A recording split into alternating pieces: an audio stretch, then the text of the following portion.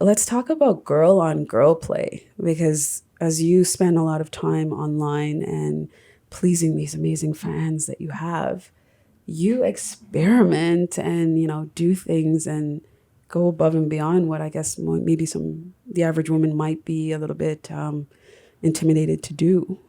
So you do OnlyFans, you do intimate acts with couples or individuals? Myself. Okay. Most of my brand has actually been about solo play thus far. And So you know your body really well. Yeah. But I actually do a lot of my brainstorming for like concepts with my fans. So I will ask, I'll put out there, like, what do you want to see? I'm bored and uninspired. I'll be honest. Like, what is something that would be really unique that you would enjoy? The other day, I actually had a suggestion from a fan to make a video of me having sex with an imaginary friend. So that's always cool. That looks like me like bouncing on a bed by myself, but it was a really like fun and silly thing to do that was very unique. And I was like, okay, if this is what will make you happy, if this is what you'll enjoy seeing, then I'm all for it.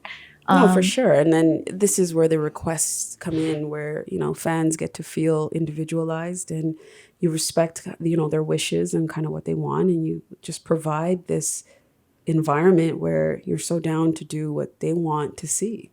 And you're doing it yourself, which empowers you because you're not doing anything that you don't allow yourself to want to do. Exactly. I really like kind of being in control of what I'm putting out there and what I'm creating and how I'm creating it. So until this point, it has been just me by myself being sexy, I guess. You guess. I think the numbers don't lie. That's facts. That's facts. You got a solid following. You look good. I mean, you're pleasing what people want to see. Like, thank you. Yeah, let's not be modest. Like, you do your thing. I've seen you at Oasis, you know what I mean? And, you've been very open with your sexuality. And I mean, one of our interviews, we were doing like there was a group, I guess it was a group orgy, I think. Yeah, the Sibian Straddle orgy. Sibian Straddle, yeah. And that was when a lot of participants came together and I interviewed everybody after the moment because I was watching it in the other room. I wasn't staring. I was watching a little bit and trying to like get my creative juices on how I would actually report on it. Yeah. So can y'all explain to me what a Sibian Straddle orgy is? Well, Sibian Straddle, why don't you... Yeah, what is that? I wish we had a demonstrate. I wish we had the prop because a Sibian is something that you actually go on top of and it stimulates you and makes you orgasm.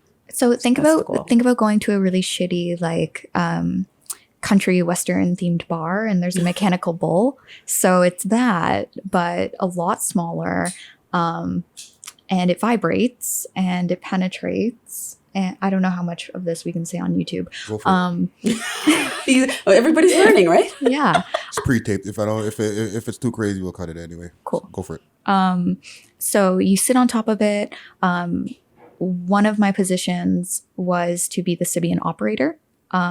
So in the orgy flick that we filmed, I'm sitting there, just doing the controls.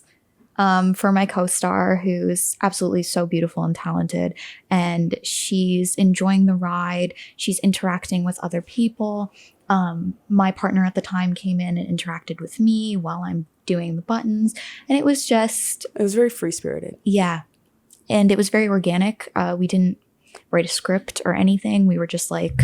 The chemistry was like really good and everybody like enjoyed themselves, and I think that it was a decent production because it was just like a free-for-all. Yeah.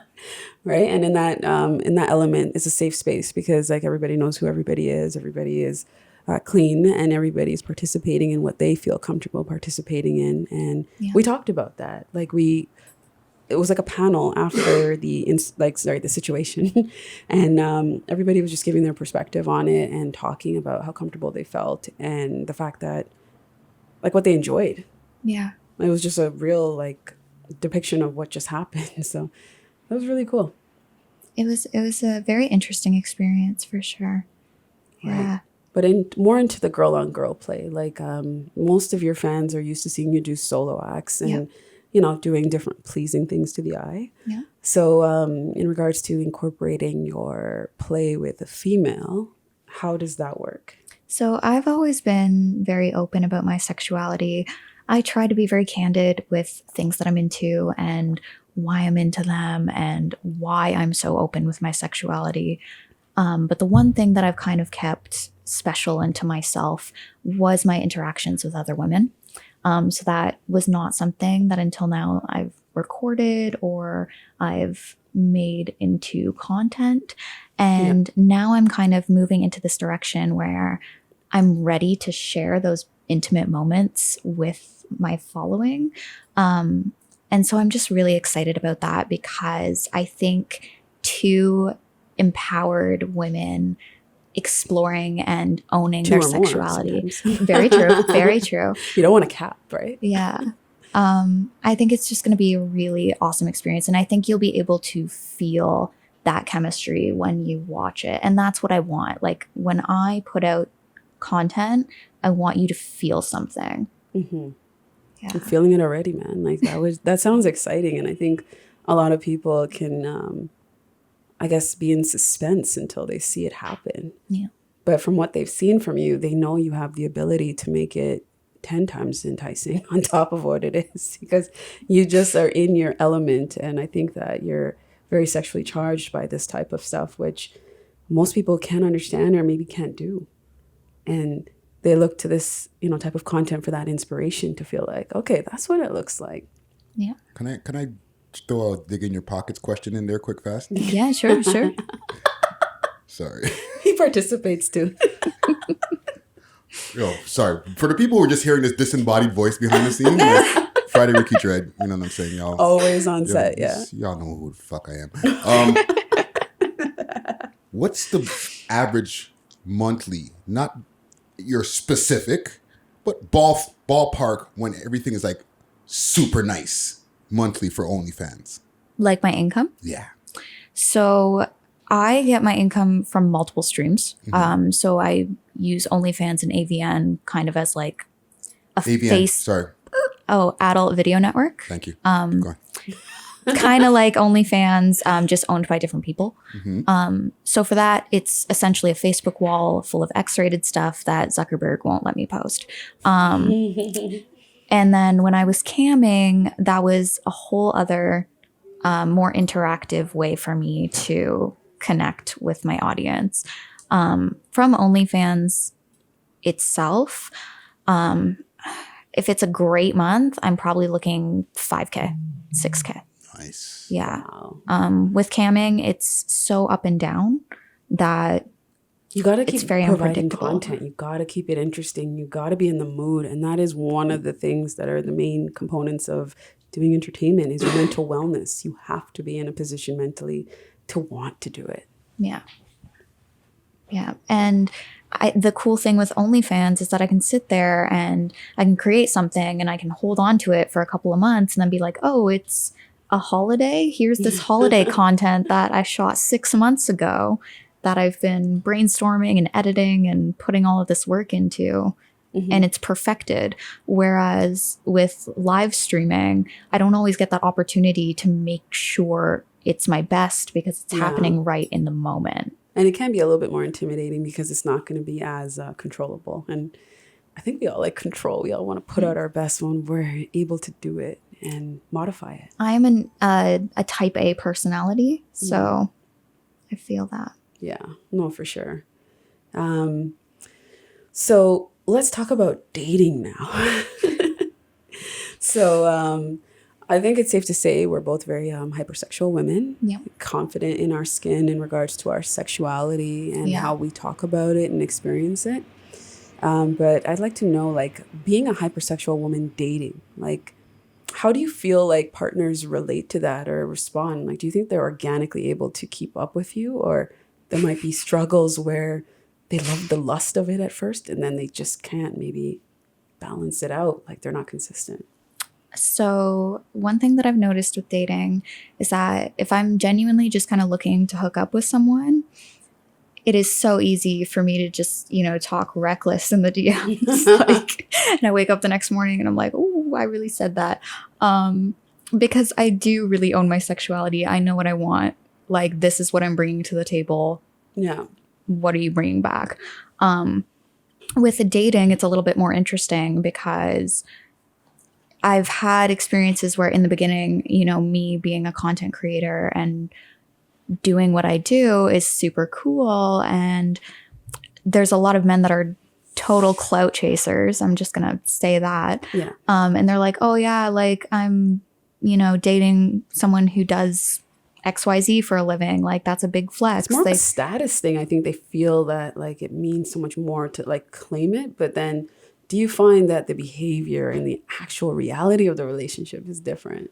In the beginning, it's amazing. I mean, like they're obsessed with They me. have their personal porn star. Basically. Yeah. And they're like, this is lit. Yeah. But then as the relationship goes on, sometimes as things evolve, they're a little bit less comfortable with what I do. And they go, oh, we've been dating for so-and-so amount of time. They want the conversion now for you to be just girlfriend and that's it. Yeah. And don't get me wrong. Like in a relationship, I'm giving 150%. Like I will be the girlfriend that you need. We will have conversations to make sure that everyone's needs are met. And the sex is always 150%. Like it's not questionable. Always. Yeah. But at the end of the day, like you can't ask me to give up what I'm doing in terms of content. Unless there's something that's such a divine intervention that would change your entire life and blow your mind that you wouldn't feel compelled or the energy that you get fueled from doing this to actually put it on hold. Exactly. I mean, once my husband slides in those DMs, it's a wrap. Like, but until then, yeah. The wannabe husbands, you're being screened. We can tell sometimes when you're not serious. But yeah. So, okay, here's another question that's interesting. What are your thoughts on rimming? No. Would you have it done to you? And for those that don't know what rimming it is like licking the perimeter of, for instance, like a butthole. Or sometimes you can rim a vajayjay as well, like an opening on the body. And yeah. I'm into a lot of stuff and like a lot of freaky stuff. I've just never been drawn to anything involving my peach. That's just not something that excites me. I can see why other people are into it and like all the power to you. Like you do with fetishes, it's to each their own. It's not meant for everybody. Everybody has to find their niche of what they really like individually. And just because it's not my cup of tea doesn't mean that it's not like the best thing in the world for you and you just love it. I want everyone to do what they love and like just explore whatever they want to explore. For me, maybe I'll try it out. But would you let yourself be rimmed, or are you more likely to? Now that you're open to girl play, it's different because I mean you wouldn't probably die naturally, but I mean like we're talking now of open sexuality. Whether it's a male or female, would you be down for futuristic things to be rimmed, or would you?